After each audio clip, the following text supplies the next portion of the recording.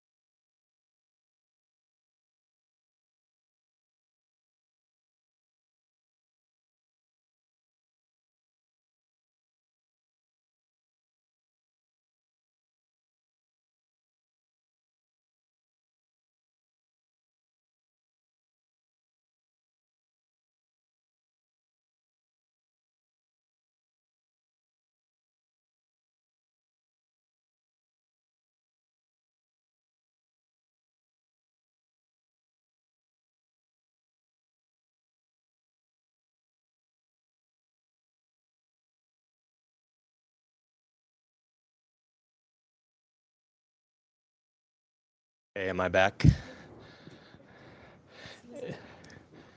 I'm back. Do I have audio? Yeah, your mic is back. Okay. You can start the Zoom on there if you wouldn't mind. It's on. Oh. I mean, your face has to unlock.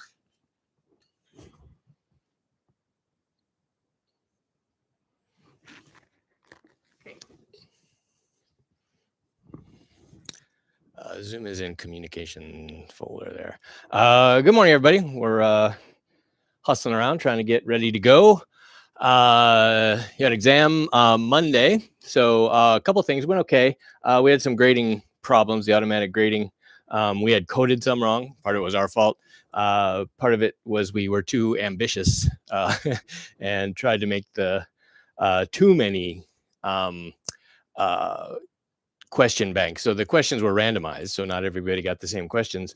But we tried to be too ambitious with that, and the switching of those things made them harder to grade as well. So the student instructors, you should thank them, give them a gallery clap right now. Thank you, thank you, thank you. They went through and graded by hand, and that was awfully amazing of them. And they fixed all the errors. In the gradebook, it's still listed out of 20 points, though. So we'll scale that up to, what is it, course points, 100, 150? 120. We'll scale it up to the appropriate course points now that we've got everything ironed out. So you should see that happen in your gradebook. Overall, that wasn't, average-wise, wasn't so bad. Melissa, do you remember we were in the 80s of somewhere mid 80s on the average, and it was skewed high, so there weren't too many people that really struggled.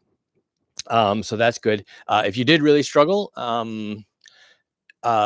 take advantage of all the options you have. Remember, the GSIs, our student instructors, all of them have discussion sessions twice a week, and all of them have office hours, and you can go to any of those sessions. You don't have to go to one or have your student instructor. So shop around, get the most value for your tuition dollar. and try to get the help you need. And I'll plug the Student Learning Center. Again, there's a link to the Student Learning Center online, and they will give you for free tutoring, and they're very good. So take advantage of all those things. I think for most of you, though, and for all of us, this just goes really fast. If you haven't had a chemistry class before, or it's been a long time, we expected kind of some struggling here. I will tell you, though, we tried to make this first exam a little easier. I don't want you to get too discouraged. They will get a little more challenging in terms of the length of the exam. We may end up giving you more time. We might go to an hour and a half, but you should expect probably more questions on the upcoming exam. I don't think they can get more challenging, but there'll probably be more multi-part questions where you're answering the same question about, you're answering different questions about the same kind of topic. So let's get back into things. So I'm going to review just a second here, and then we're going to do that thing I promised. We're going to have one of the most missed questions here on the big screen, and we will go through that one. But you will all have a chance to discuss it and vote. And this time, your vote counts for an actual course point, because if you get it right here, you get a point added to your exam. You essentially can make up for a point you might have missed on the exam. If you got it on the exam, you just get an extra point. So that's good. But I'm going to give everybody a chance to come to lecture. So I'll babble a little bit here in review. We've talked about now electron spin, and we associated spin with a magnetic effect. That is, electrons are affected by a magnetic field. We don't believe they're actually spinning, but they are affected by a magnetic field. So they act like little bar magnets. But unlike bar magnets, they only can point in two directions, spin up and spin down. And we added that extra degree of freedom, we sometimes call it in science, extra dimension as an extra quantum number, m sub s. So we had 4 quantum numbers, m sub s being the spin up, spin down of the electron. We looked at a couple principles then. The Pauli exclusion principle said that 2 electrons in the same space have to have the same energy levels. 2 electrons with the same energy level, so degenerate energy levels. Remember, I'll use that word degenerate to mean of the same energy. So they will enter orbitals of the same energy with parallel spins. So both spin up. So spin up, spin down is a little higher energy than spin up in parallel orbitals.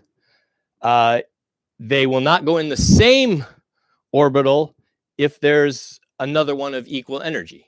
So they won't pair spin up, spin down in the same orbital if they can spread out. So they'll spread out with parallel spins. This is kind of called the maximum multiplicity. That's silly to say it that way. We just say, it's not silly.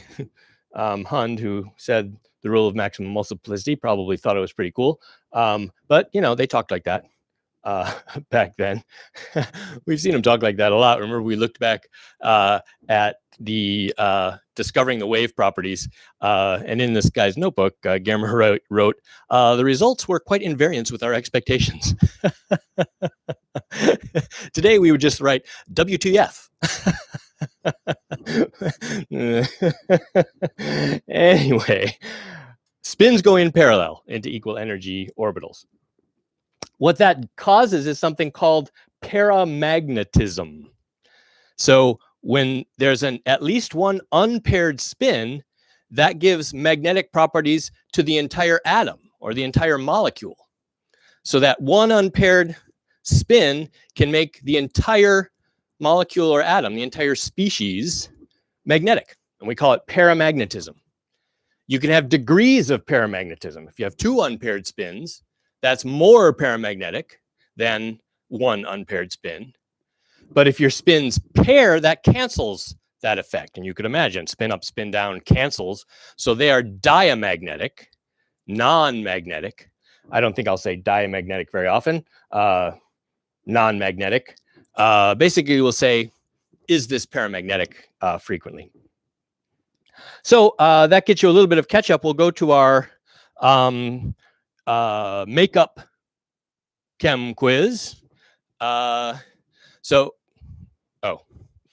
think I have to go back to do that. Oh no, those aren't the answers.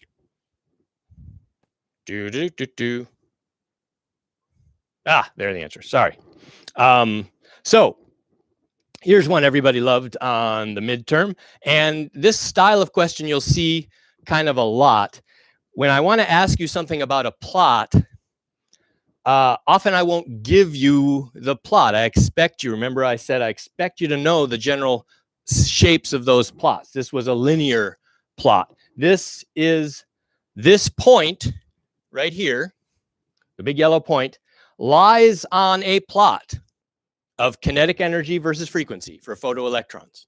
So you're supposed to know what that plot looks like, and you're supposed to be able to draw it on this figure going through that point. If you do that, how would the point move along that line for an increase in photon energy? So we're going to increase the photon energy. And how does that point move? And you can answer by saying, if it goes directly up, A, if it goes directly down, D, directly left, right, B or C. If it would move into one of the quadrants, AB or BD or CD or AC, you would put two letters. So if it goes into AC, you would answer AC. So think about that for a minute. You can talk in your small groups. I won't join a small group this time. That wouldn't be fair. Just think about that amongst yourselves. Talk about it. Great chance for someone who understands this to try to explain it. And don't be selfish. If you do understand it, unmute your darn mic and explain it to the group. All right. Take a few minutes and talk about that.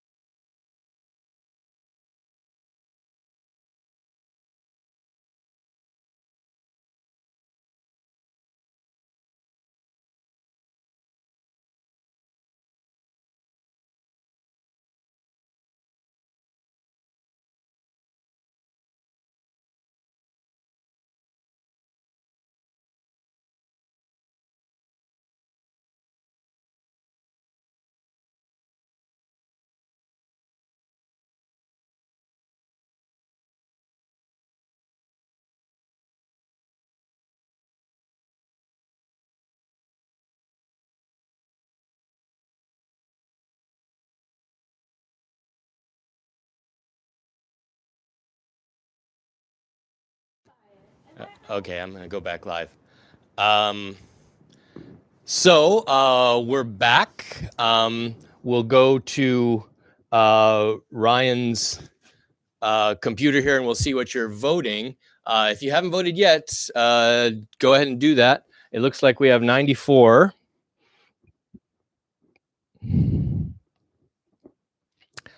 People taking advantage of this great opportunity. Oh, wait, don't show them yet.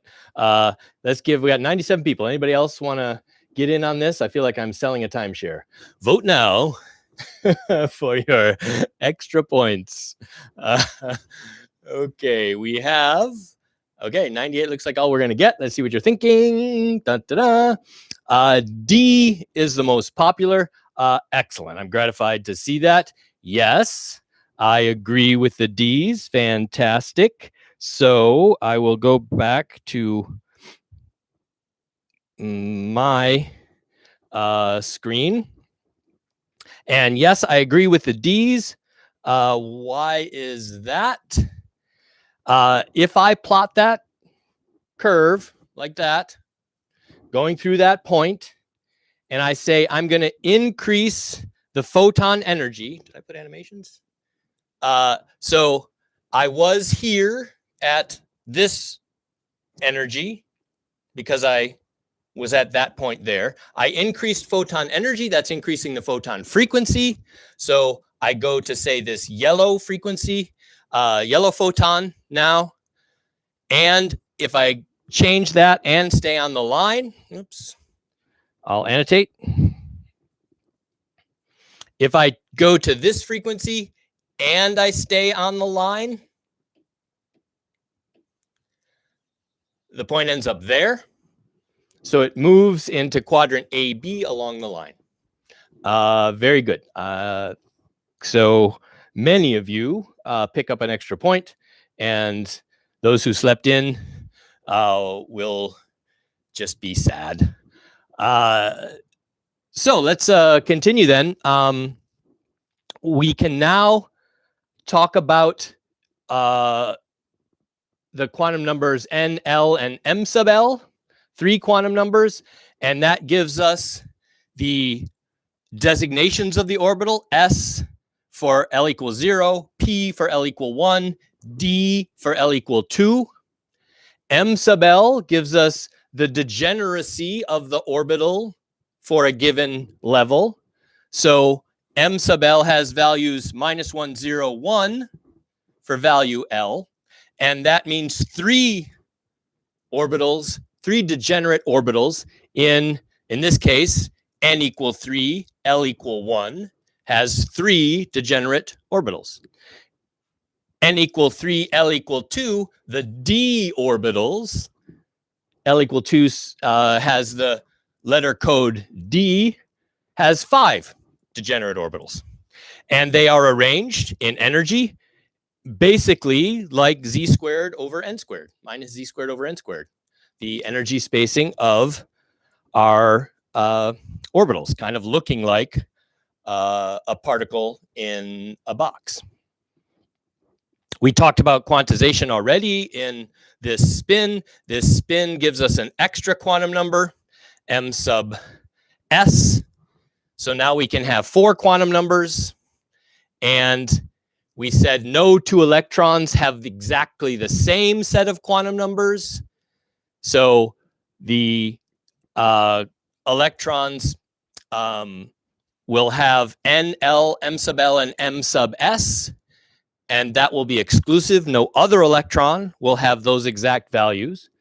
There'll be some that are very similar because they'll just differ in M sub S, spin up or spin down. And Hund's rule said you go in parallel. And if you go in parallel in degenerate orbitals, you'll have this thing called paramagnetism if you have unpaired electrons. So let's talk about that in more detail. So we now write things called electronic configurations. So now we're going to talk about atoms that have many electrons. So far, we've talked about only a 1 electron system, hydrogen. All the orbitals that a hydrogen electron can occupy based on its energy state. It likes to be in the ground state, and now we know that's the 1s orbital, but it can go into higher energy orbitals, the 2s, the 3s, the 3p, the 2p is higher than the 1s as well.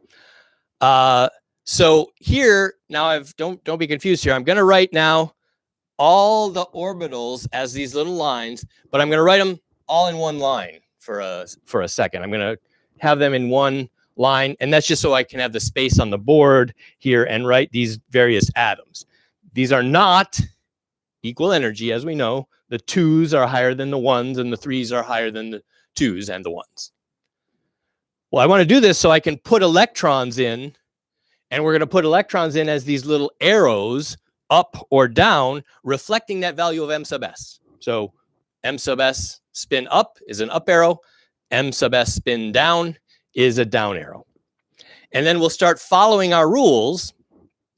And we'll put one more rule in. We'll put in a rule called the Aufbau principle. We'll see why this is important in a minute. Aufbau says, go in the lowest energy first. That's not a very, I don't know how Aufbau got his name on that one. That's like, duh. We'll go in the lowest energy first. We'll call it the duh. We can call it whatever we want. The lowest energy orbitals fill first. So 1s is the lowest. If you have another electron, so helium has 2 electrons, Z, charge on the nucleus, 2 plus 2. 2 electrons with minus charges makes it neutral. And remember, Z is the charge in the nucleus, not the charge on the atom. So Z plus 2 for helium. So 2 electrons would make it negative. We're going to put them in the 1s because we know the 1s is lower energy than the 2s. We haven't shown that very well on the board, but we know n equals 2 is higher energy than n equal 1. So these energies will pair. Excuse me, these electrons will pair rather than spreading out.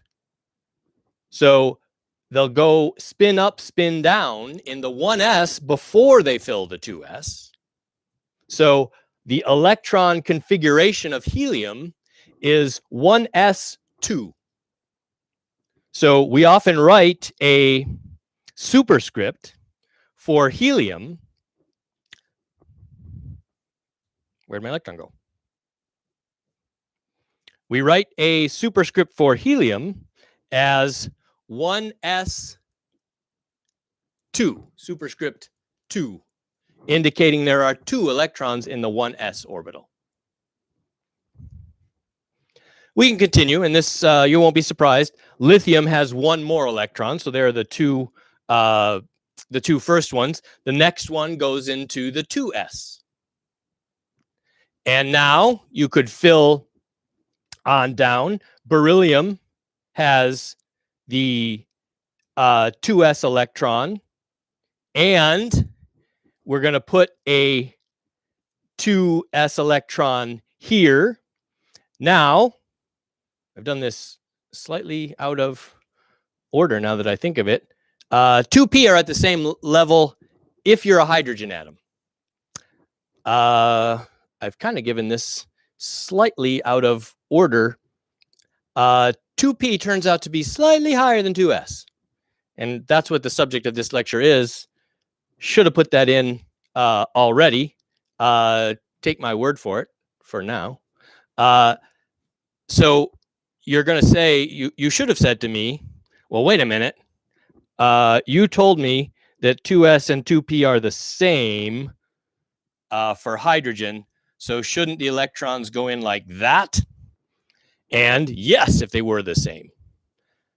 But we'll see in a minute that the 2s are slightly higher.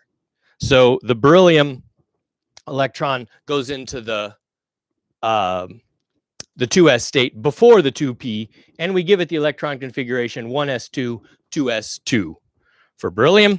And then we can do boron. Oops. And now we're going to put boron. The 2p slightly higher, but all the 2p's are the same.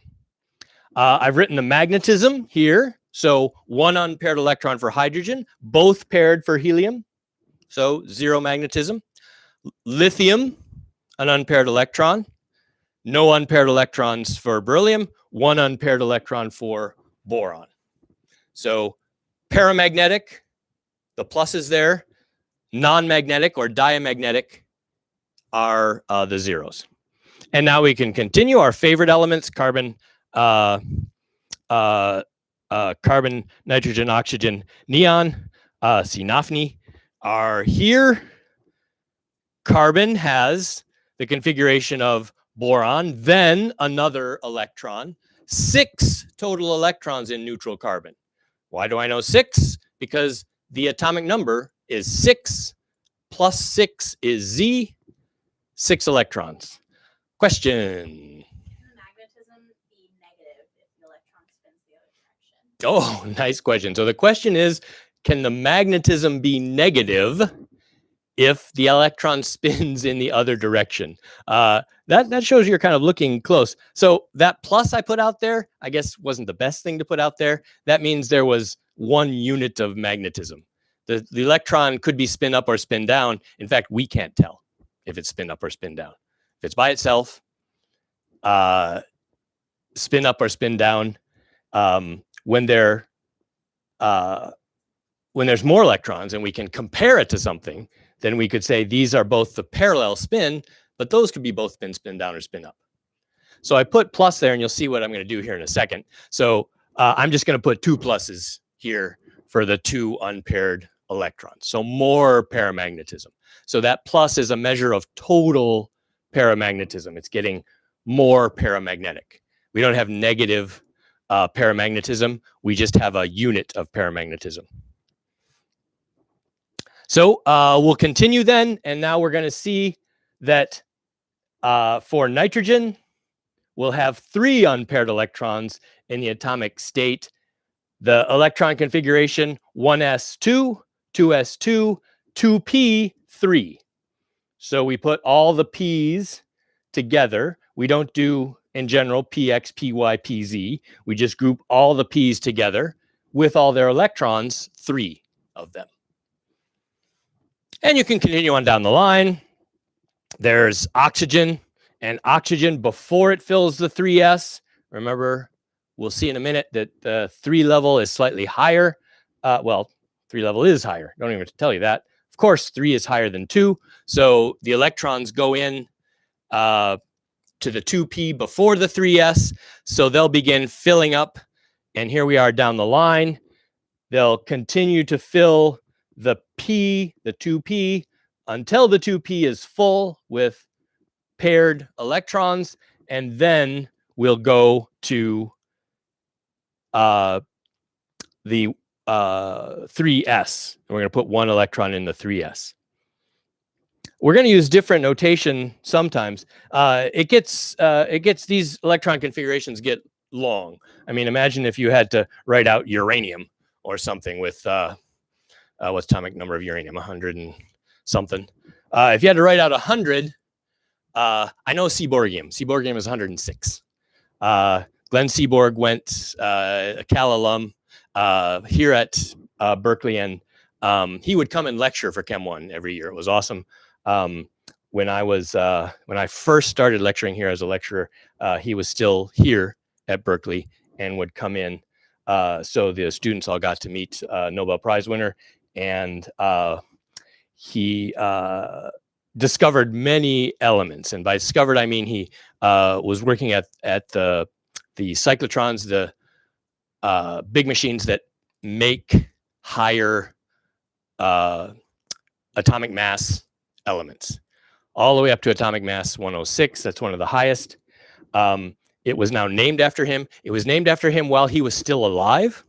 How cool is that, to have an element named after you? There's only 108 or 10. I don't know. Somebody Google it. I know you're going to say, wait, does that guy have a degree in chemistry? I just can't remember off the top of my head how many elements there are. 118, says our fast typers in the room. Somebody else, yes. Is it true that there's chemistry that's so radioactive that it's blocked off? The question is there a room, the rumor true that there's a room in the College of Chemistry that's so radioactive it's blocked off and no one can get in it? No. It is not. There were some radioactive materials, and they were all, of course, removed, and a lot of this was not done on the Berkeley campus either. Much of it not done here. It was done close by, but not on the Berkeley campus. Go Bears, and as you know, Seaborg, an anagram for Go Bears. Glenn Seaborg told us that having that element named after him was much greater honor, he thought, than the Nobel Prize. I do too. If I had, there will be no Kubinec named elements. That brings up another important point. At Cal, you're very fortunate that you may walk into a classroom someday and your lecturer may be a Nobel Prize winner. You may have a Nobel laureate giving the lecture. That would be exciting. You guys got the short end of that stick because it's me standing here today. So the point of all that babbling was that we shorten the electronic configurations by doing the element before it, especially if that element before it closed a quantum number. So we finished quantum number 2 with neon. So now we can say sodium is just like neon with a 1s. So it has everything neon has plus a 3s. I think I said 1. A 3s electron. Okay. Let's do a chem quiz about that. When an electron spin flips, for which of the following is the energy not altered? So remember, electrons prefer to do certain things. And now I have written the energy levels with this 2p slightly above 2s, which we're going to learn about today. Think about that for a minute, and we'll take a vote. We're going to go right to discussion of that vote. So I'll join, if I can, a breakout room. Talk about this among yourselves.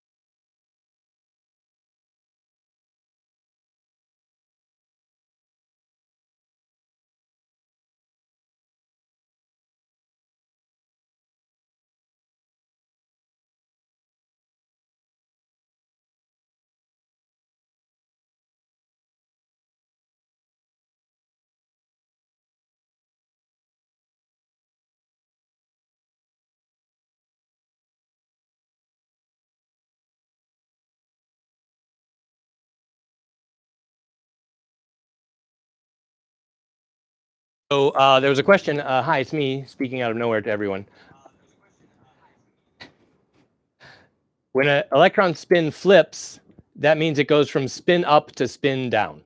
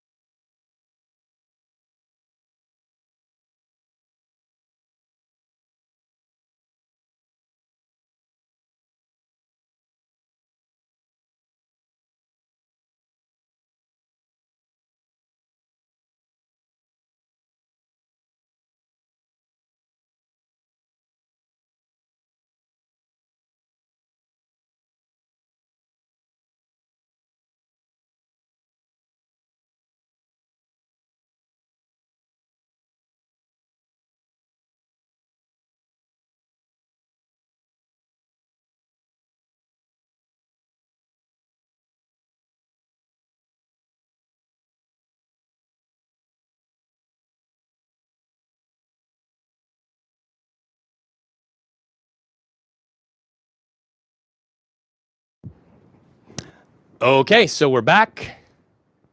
Let's look at the poopy. Let's go to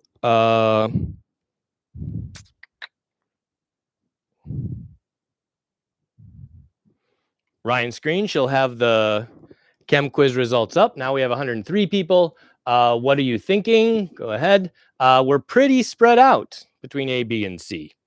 So I think you need my thinking on this. So let's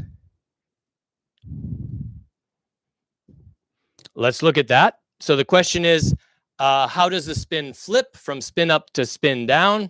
There's all the information we might need. Here are the electron configurations. So which changes in energy, which can flip an electron at all of them have an unpaired electron that could flip. If all your electrons were paired, flipping wouldn't really be allowed. If you flip one, another one would have to flip as well. So a 2-spin flip. So all of these electrons can flip a spin. Yes.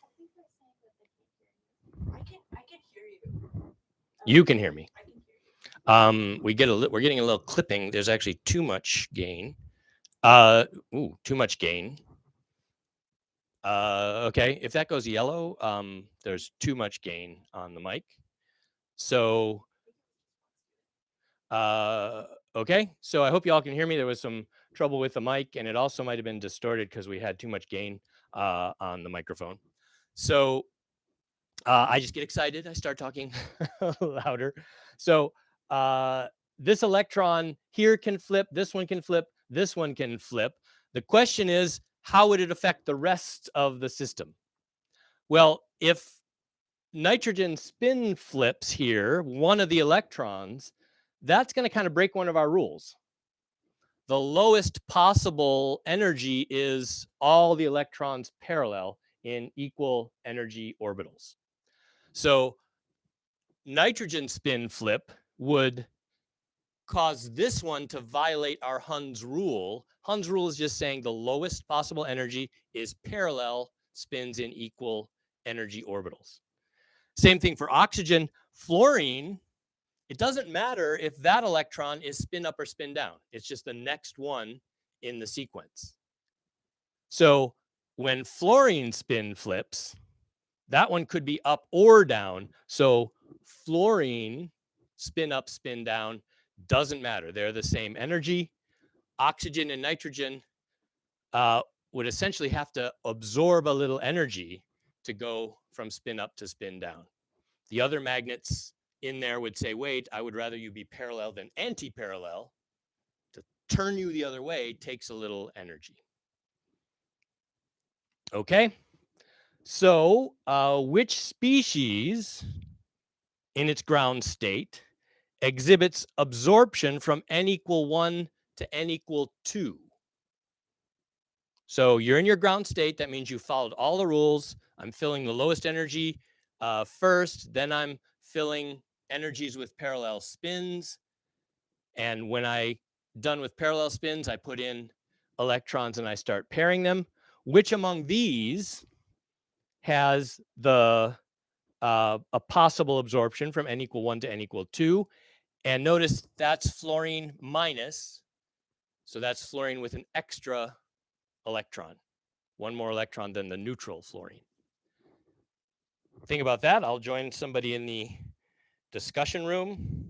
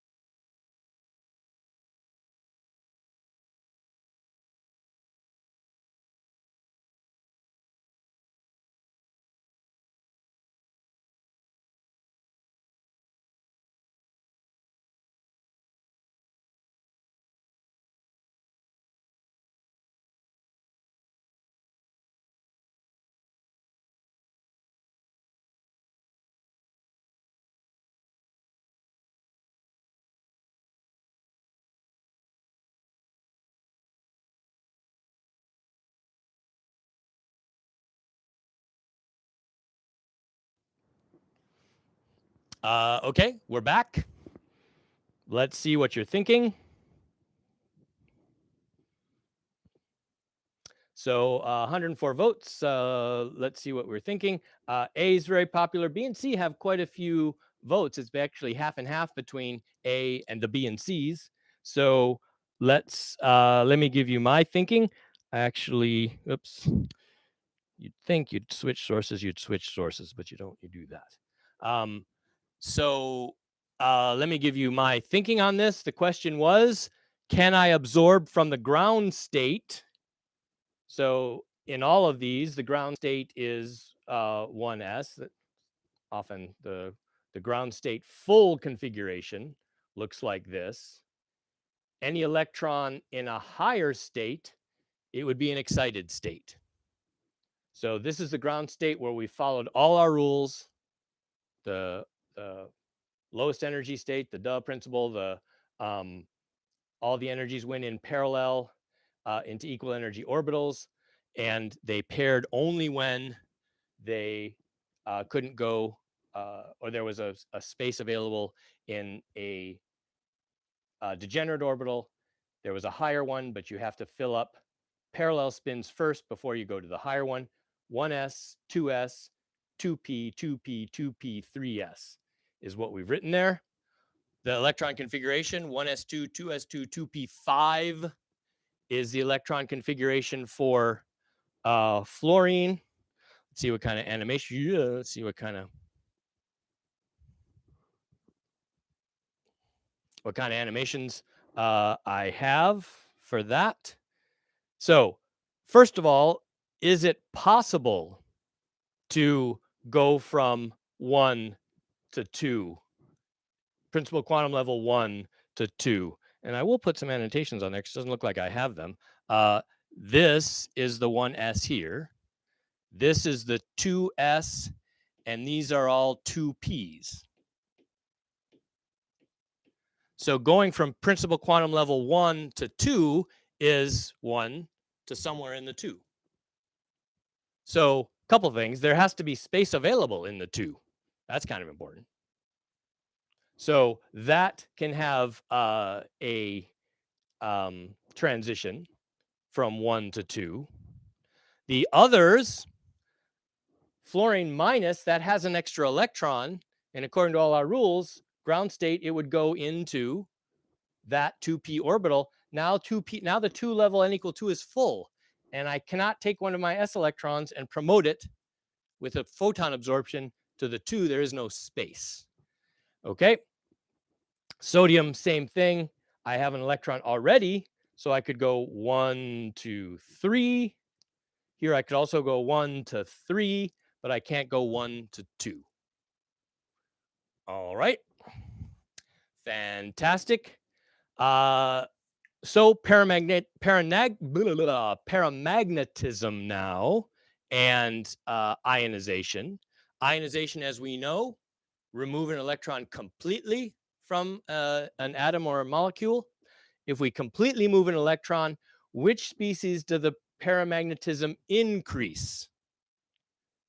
So I'll show you the electron configurations. Did I do that too fast, Ryan? Did you start the quiz in time?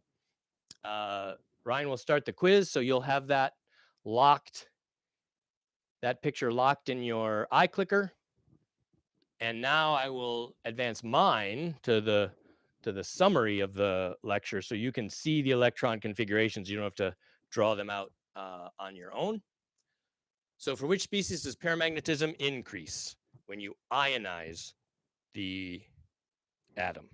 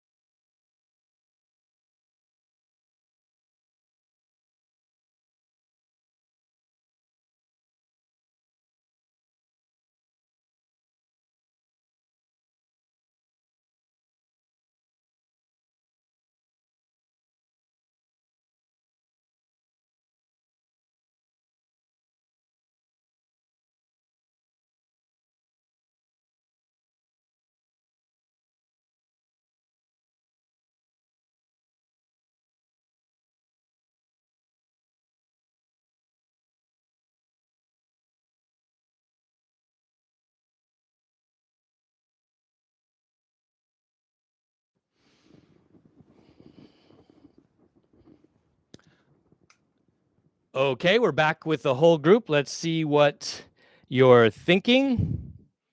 See what the votes say. The voters say that they like neon the most, increasing the paramagnetism. I agree with those people.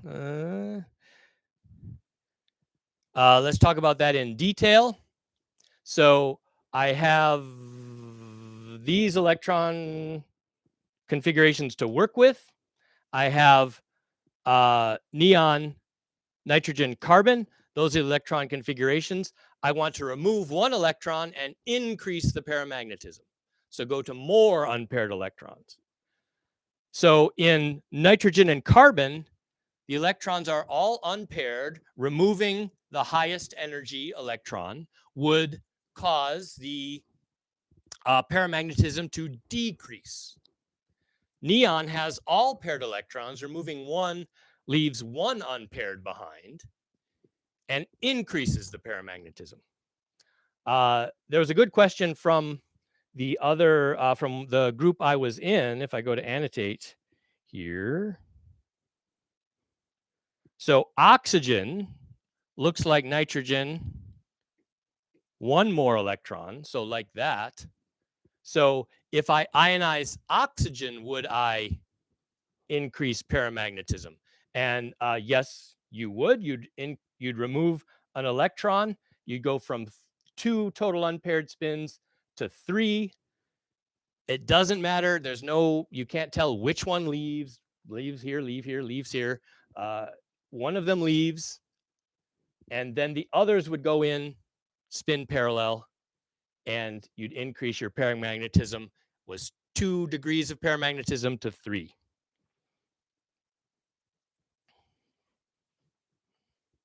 Okay, on we go with chem quizzes. Ion electron configuration. These are all, we have 2 ions and a neutral species. Which species has the electronic configuration? Helium, and then 2s2, 2p5, 3s1. And notice I say can have the electron configuration. So is it a possible electron configuration? Maybe in the excited state. Looks excited to me. Let's talk about that one.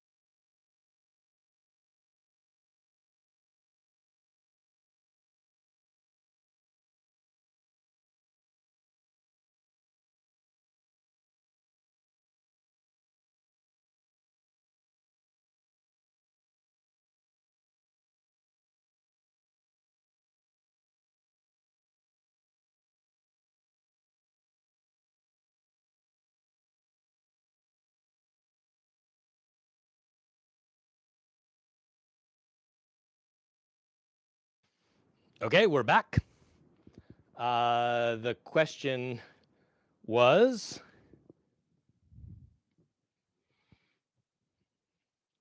which species can have this electronic configuration? So which species, we're asking, essentially can have 2 electrons for helium, 2 more for 2s, so 2, 4, and 6 more 10 electrons. So a 10 electron species is what we're looking for. It's in a slightly excited state because they're not all this electron in the ground state. The 3s would be in the 2p. So what, excuse me, what were you thinking? Go ahead. We're spread out a little bit. A and C are popular. B is not as popular. Let's see what I'm thinking. I like everybody's thinking there, I think. So here are the electron configurations. Sodium, Na plus. So for sodium, Na plus, we'd remove 1 electron. Now, normally when you ionize, the highest energy electron would ionize. But we said that these species could be in an excited state. So for sodium, you could ionize this electron in the 3s, but absorb another photon and promote a 2s or a 2p to a 3s. So that's popular, possible. I don't know how popular it is. F minus has also 10 electrons and looks just like sodium plus. So sodium plus and fluorine minus are isoelectronic. They have the same number of electrons. So isoelectronic species exist.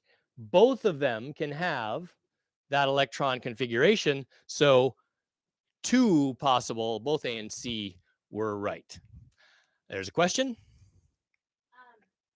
Will it always be the highest energy electron that's removed? Yes, I believe I said that. So if you ionize a species, the highest energy electron, essentially this is the farthest one from the nucleus. We know these shells get bigger physically as you go out, so we get farther from the nucleus, 1s, 2s, 3s. So it's the first available electron. It's the highest energy electron. It's the easiest to ionize. It takes the least energy to remove that because it's already in the highest occupied orbital. This brings up an important point. Electronic configurations are not sufficient to identify the element. So sodium plus, fluorine minus, they're ions, but you didn't change the element. That's still sodium, that's still fluorine. Remember, the only thing that identifies the element are the number of protons in the nucleus, the atomic number. That also corresponds to Z, the number of plus charges in the nucleus. So if you take nothing else home from Chem 1, take home the fact that what identifies an element is the number of protons in the nucleus. Isoelectronic species can exist. Okay, so that is, we're getting caught up. That was the topics for that group. We're just going to continue talking about this. Now we're going to learn why these orbitals shift a little bit. And we've already been talking about energies of transitions. So if an electron absorbs a photon, and we've done this a lot already, it has an absorption from one principal quantum level to the next. So you would calculate energy final minus energy initial. They both have this factor of z squared times r.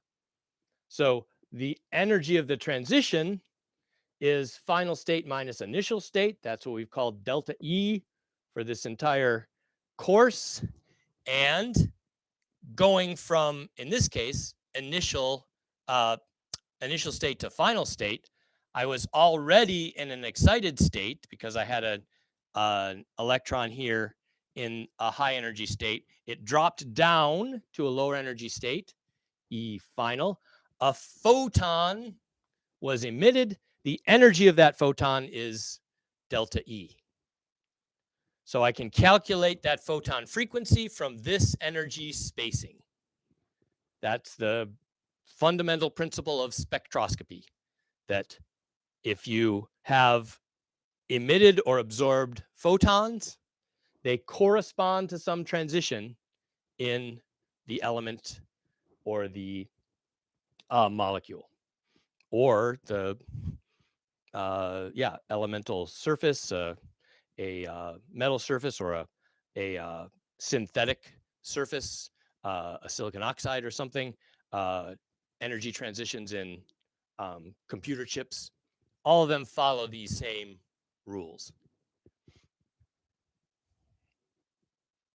So for one electron species, we have some classic absorption and emission spectra. So hydrogen in its hydrogen can have these transitions possible. So if you go to very excited state hydrogen, you would see emissions, that is hydrogen releasing photons at 2 minus 1 energy, 3 minus 1 energy, 4 minus 1 energy, and 5 minus 1 energy gaps, individual discrete photons of those delta E energies. So we call that an emission spectrum. These have names because people, Professor Lyman got his name associated with that. I don't know how. Maybe it was a lottery. Those are all in the ultraviolet. This transition. The commonality of this transition is they're all involved with principal quantum level 1. So the Lyman series, these photon energies, these 4 frequencies in the ultraviolet spectrum, are called the Lyman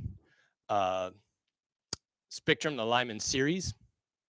If you are involved with principal quantum level 2 to the other energy levels, then you could see those lines. Now, in this case, the hydrogen would already have to be in excited state, or it's relaxing. It's relaxing. That means releasing energy. It's relaxing from a higher energy state down to 2, not all the way down to 1. So that emission, and that's in the red region of the visible spectrum. So we'd see that one. We wouldn't see these with our eyes. We can detect them with instrumentation. So we can see they're there with spectrometers, the things that do spectroscopy. But those aren't visible to the naked eye.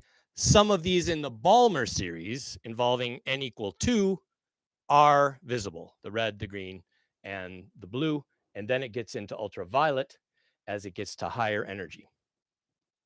So these here are the visible lines, and these are all n equal 2 lines. So from 3 to 2 or 2 to 3, that's about 657 nanometers.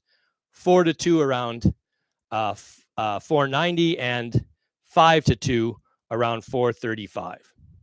So those are the approximate wavelengths associated with those energies. We can associate a wavelength or a frequency. E is either h nu, or delta E is hc over lambda. So a wavelength or a frequency can be associated with that. So which transition in helium plus occurs at 487 nanometers? The same as one of those Balmer series, 4 to 2 in hydrogen. Let's talk about that in our groups and see what we come up with.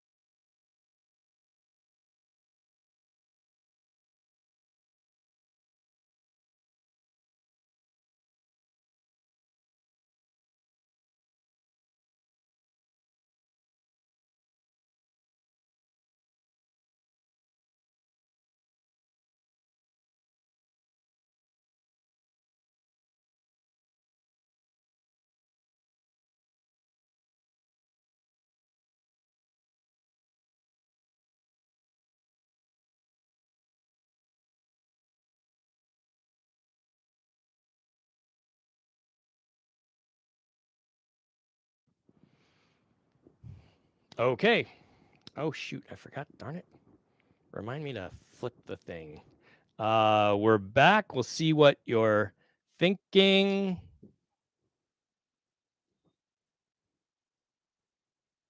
All right, Ryan, let's see what the votes are. I'm still getting some feedback. Okay. I think okay.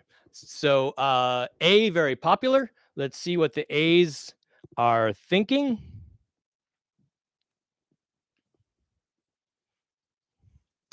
What I did here was I lined up hydrogen, which goes like Z, which is 1 over n squared.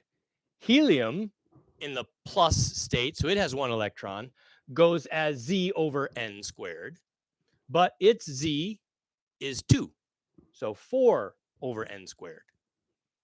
So I kind of just tried to line them up.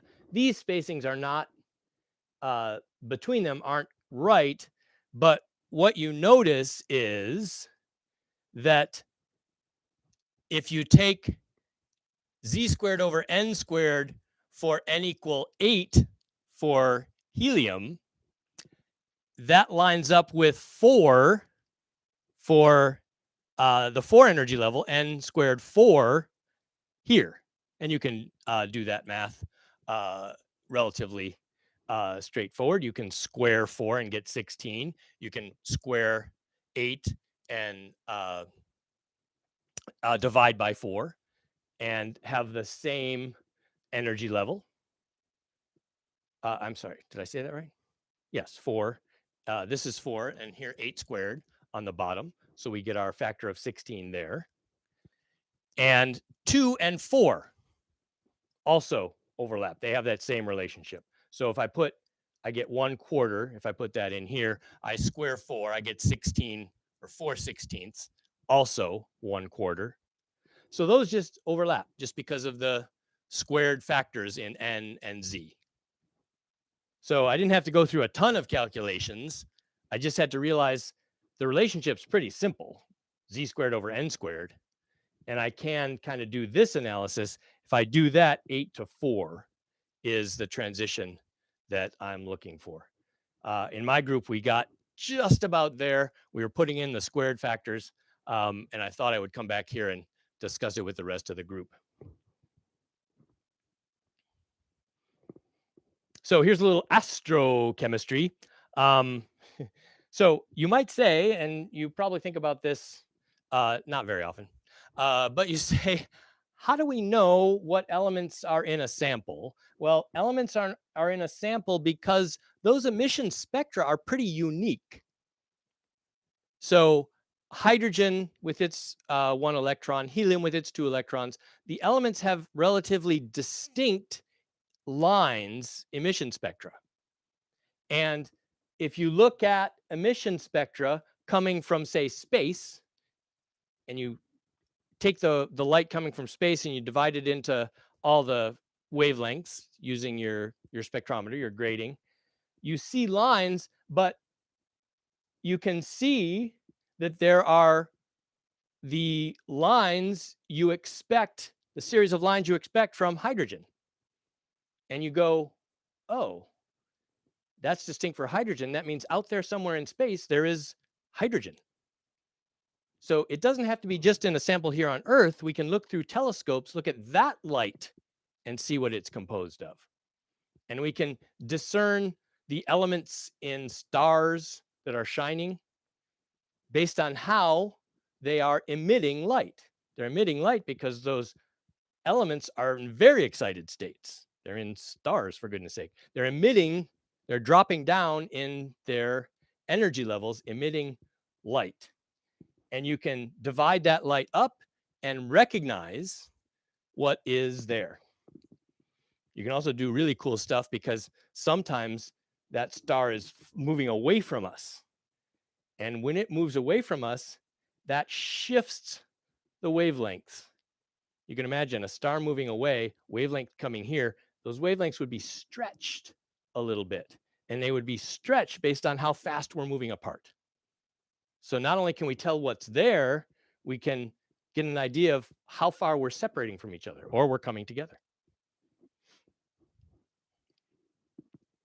So now we're going to get to that shielding thing. I'm not sure why I didn't do this earlier. This is okay. So we've talked about only one electron species so far. I'm going to talk about multi-electron species now. I'm going to still say for one electron systems, the ionization energy is Z squared over N squared, where N is the highest energy occupied orbital, so the highest N available that has an electron in it. For one electron system, that's exact. That is, this gives you the exact number. You probably might even have the feeling now, if there are more electrons, that the other electrons affect what's going to happen. That is another negative charge in there. So helium with 2 electrons, 1 electron is going to affect what that other electron is going to do. There are now 2 negative charges around the nucleus. They're both in the 1s level when it's a ground state. Here I've written helium plus, and we've been talking about helium plus because that's a 1 electron system. Only Z changed, and we could do this lining up kind of energy levels with hydrogen. They change because Z goes from 1 to 2. So Z changes, N is still a counting number, and Rydberg is a constant. So there's an ionization. We put in enough energy to go from the 1s, the closest orbital to the nucleus, to infinity, that is to where the bound condition no longer applies. There's not enough electric field out here to hold the electron near the nucleus if we give it that much energy. So that's an ionization state. So the ionizations are 1,312 kilojoules per mole of hydrogen atoms. So you get a mole of photons coming out from a mole of hydrogen atoms, and you have 1,312 kilojoules for every mole. For helium, as you would expect, 4 times that, because you go down to Z equals 2, that puts a 4 right there. And the highest is still, you essentially go from there to 0 energy. So final state 0 makes it easy. So it's final minus initial, 0 minus the ground state energy.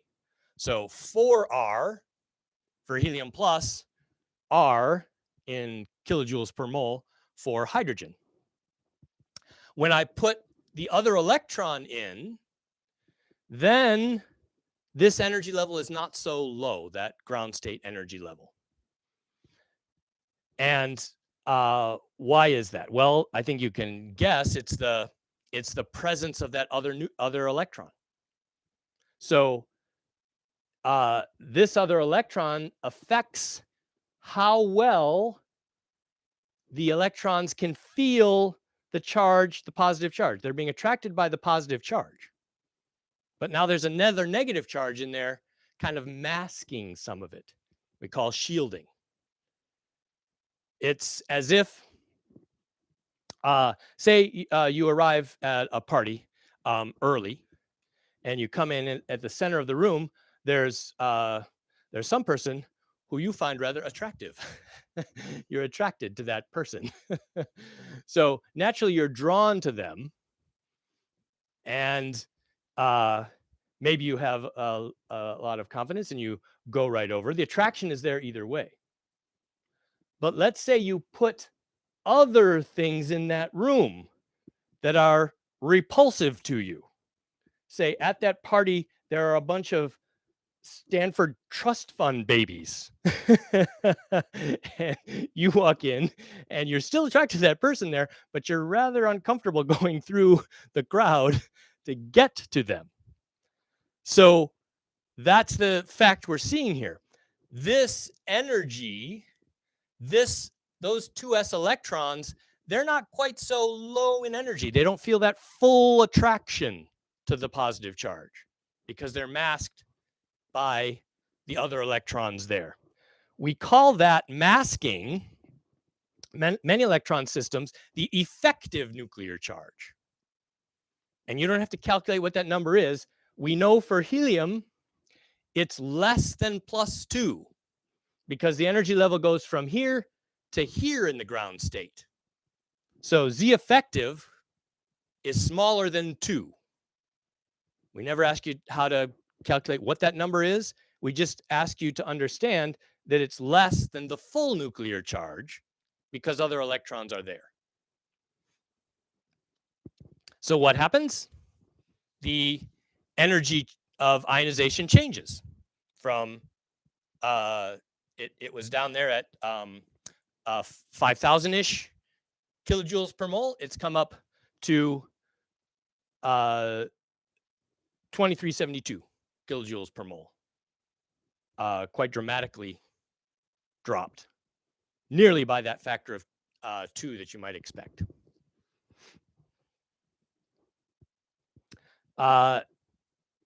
Interestingly, if the electron is already here, if you have helium in the excited state, something kind of interesting happens. So you have one electron down here.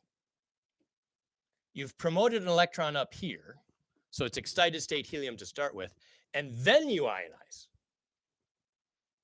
Now, in that case, it turns out that that ionization is almost exactly helium. The helium ionization from the +2 state is almost exactly hydrogen, 1 electron from the plus state. What does that tell you? Well, that tells you the effective nuclear charge when I'm at 1s1, 2p1, this electron looking back at the nucleus, let's put the nucleus down here. This electron looking back at the nucleus, it looks to him or her like that's +1 instead of +2 because it behaves exactly like a hydrogen where it really is +1. So the plus charge, one of the plus charges is almost completely masked by that minus charge, near perfect shielding because now this electron sees +1. It wasn't a complete halving when I had them both in the 1s. So if they're in the same orbital, the shielding isn't quite as good as when there is an electron at a lower energy orbital shielding a higher energy orbital. So s electrons in lower energy orbitals very effectively shield electrons in the higher orbital. They mask the charge, and here they mask the charge by almost a full charge. That -1 almost fully masks that +2, making it look like +1 to the electron up here. So those are the basics of effective nuclear charge being masked by charges underneath. So here are some multi-electron atoms. L equals 0 state, the s states. Now we know that electrons in these lower shells are effective shielders of the higher shells. So 2 s's are kind of good shielders of 2 p's because they're closer, they're in the s level close to the nucleus. They're shielded by the 1s's. The 1s's shield the 2 p's a little better than the 2 s's. So the 2p has effectively a little bit higher energy. It's a little less attracted to the nucleus when you're in the 2p than the 2s. And that's because those s electrons, very good shielders. So these s, the 2p's, these s's are shielding everyone. And that's generally the case. The 2p, the p levels are generally higher than the s levels. And that's that feature we were talking about where 2p's are higher than s's. 3p's are a little higher than s's. 4p's are a little higher. When you get to n equal 2, it becomes a little more interesting, actually. The 3D level and, oopsie, the 3D level is actually higher because of this shielding than the 4s. A little higher in energy. I don't know if you can see that. I think I've drawn it well enough. There's the 4s energy level. 3D is even a little higher than that. So because of shielding and all these S shielding that 3D, even the P are closer and shielding that 3D, you get a 3D that gets even higher than 4s. That would mean the 3D orbitals fill with electrons before the 4s. So when you get multi-electron systems, this shielding affects the ordering of the energy levels. So who has the lowest ionization energy then among these? And now these are still, well, I won't give you any hints. You tell me what those are. Which atom or ion has the lowest ionization energy? Lowest ionization energy means the easiest to remove an electron. Ryan will start the quiz. I'll go to the group of 4 so you can think about it. And we'll go into a discussion group.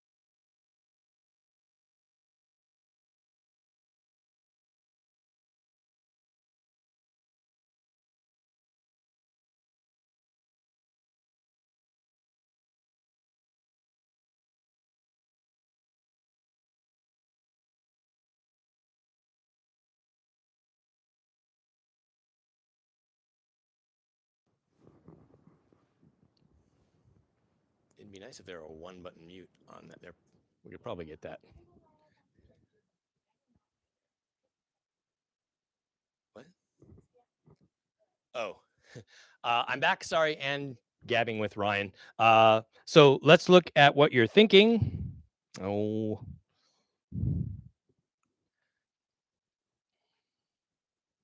Go ahead, Ryan. Let's show us the distribution. A and C are both popular.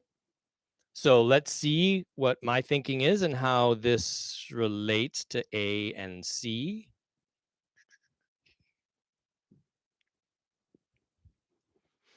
So the C people are thinking, maybe, that these are all 1 electron species. Hydrogen, helium plus 1 electron is gone. There were 2, so it has 1 electron. Lithium plus 2, it had 3 electrons. 2 of them are gone, so it has 1. So a quick first analysis would say, well, that is in the n equal 4. This is in the n equal 2 and n equal 3. They all have 1 electron. That could be the easiest to ionize. But of course, there also is the charge. They're all 1 electron species. There's no shielding at all. There's no Z effective factor. That's the full on +3 charge attracting that guy in the 4p. So how does that affect things? So the 1 electron system. So hydrogen in the 2p is 1 quarter Rydberg. So a quarter Rydberg here at 2 to ionize it from a quarter Rydberg to infinity would take a quarter Rydberg of energy. Helium plus 4/9, because the 4 comes from the Z, 4/9 of a Rydberg to ionize. And you can do the same math, Z squared over N squared, 9/16 R. So clearly you can say, did I ask for lowest? I forget. Oh, lowest ionization energy. So of those, which is the smallest number? Well, a quarter Rydberg is smaller than those 2. Excellent. So we'll stop there. We're out of time. What is it today? Wednesday? We'll stop there. We'll pick up here tomorrow.